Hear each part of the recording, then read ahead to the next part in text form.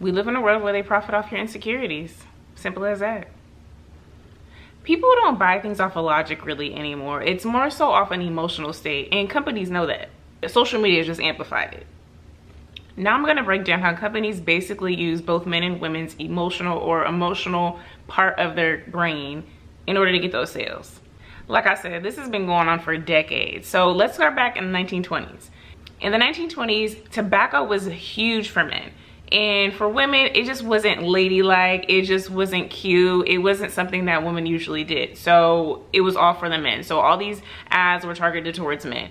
But those tobacco companies, they thought like, okay, we're getting sales, but I mean, that's 50% of the demographic that we're not getting sales from, which means more money we could be getting. So the term a lot of people use today is marketing gurus or marketing geniuses. So trust me, there were marketing geniuses and marketing gurus back then too. So going back to tobacco companies realizing that they're missing out on 50% of a possible demographic that they could be selling to.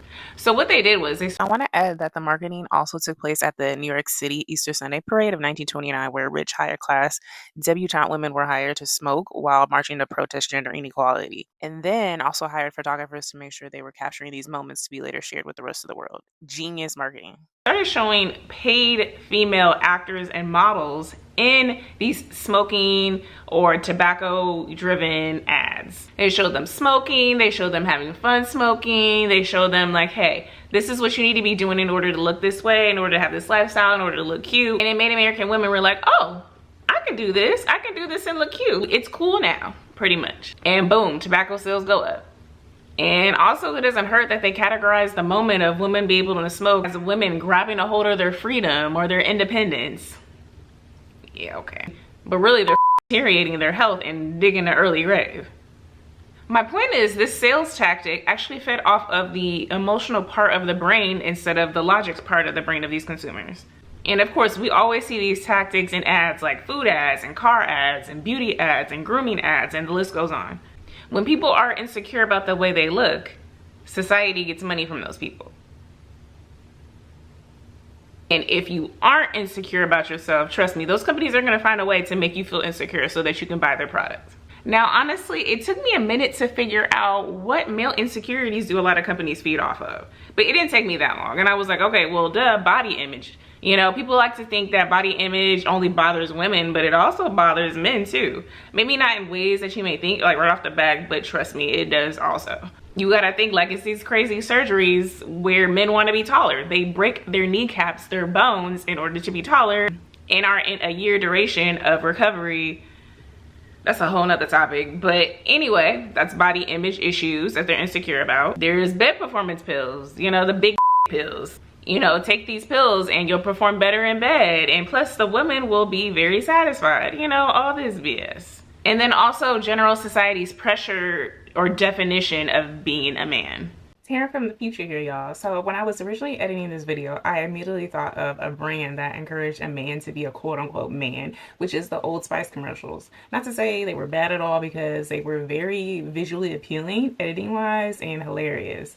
But the whole time, the actor is like basically convincing a man, their target audience, to be like what a woman wants from a man, or how to be that man when they purchase Old Spice. And technically, those Old Spice commercials are targeted towards women, if you think about it, telling them that they want a man who smells like Old Spice.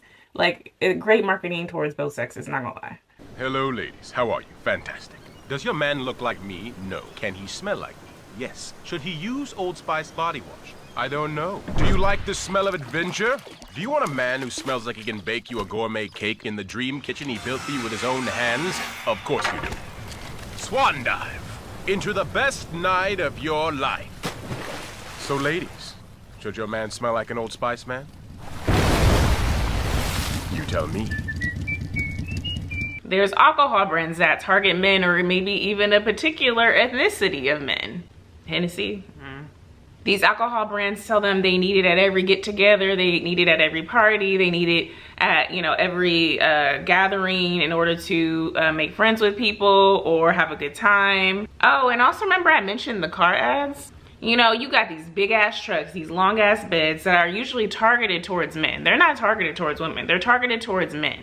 And usually people probably think like, okay, this man has this car for work, like construction, maybe he's in labor. Not that type of labor, I just thought about that.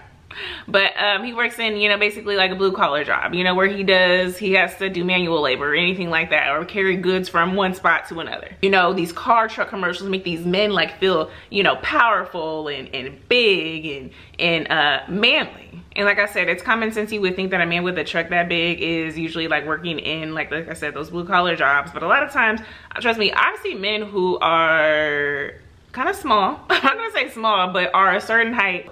And they have these trucks and they don't work in any of these industries, and they have the truck, and I wonder why. There's also hair loss ads that are telling men that they need to get this supplement or get this product in order to grow hair or replace the hair that they're losing in order to get a woman or feel confident. So basically all these things are feeding off of our insecurities. Like, we're not even gonna talk about BBLs, filters, whatever. We're not even gonna talk about that right now. Another conversation for another day. But just to put this all together, you know, on the other hand, this is not a men and woman type of thing. This is pretty much a capitalist thing. It's a function of a capitalist system. They have to mold the way you view the world into selling you these products and into keep selling you these products. You know, you have 100 pair of shoes, but you don't have the new Jordans. Your car works totally fine, but it's not the new Range Rover. It's not the new G-Wagon. And you are beautiful just the way you are, but who leaves the house without makeup? There are billion-dollar companies whose only job is to make you feel insecure about yourself. That's how they stay in business. Their job is to make you feel uncomfortable and inferior in order to sell you stuff that they promise will make you feel better. If they can't do that, their companies fall apart. Women are criticized for everything from society, and that stems from insecurities in women who think they have to be able to buy all these things or do all these things that society is pushing on them in order to be beautiful or in order to be accepted and to impress everyone but themselves. Like what they achieve, having kids, our body, our sexual history or body count. Hate that term. You know, how we look, our hobbies, and the list goes on. I originally wanted to just focus on women, but like I said, men are a part of this too. But this last part is kind of for my girlies. I mean, I guess, you know, it can also be applied to men, but here we go.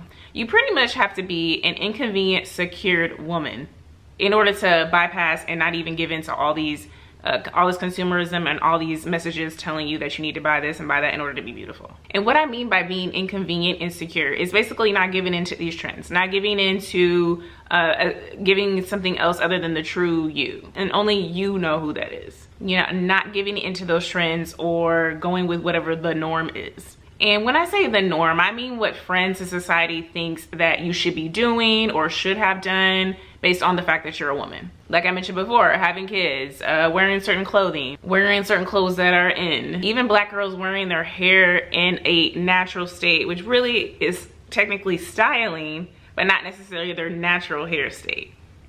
Just saying. Staying home, taking care of the kids if you have kids, not sticking up for yourself, not having an opinion, and you know, the list goes on.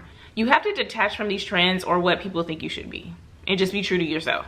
These companies want control, and if you are an inconvenient, insecure person, they know that they can't control you. You're inconvenient. You know who you are, you know what you're going to tolerate, you know what you're not going to tolerate, you know what makes you happy, and you know what doesn't make you happy. Do you, boo.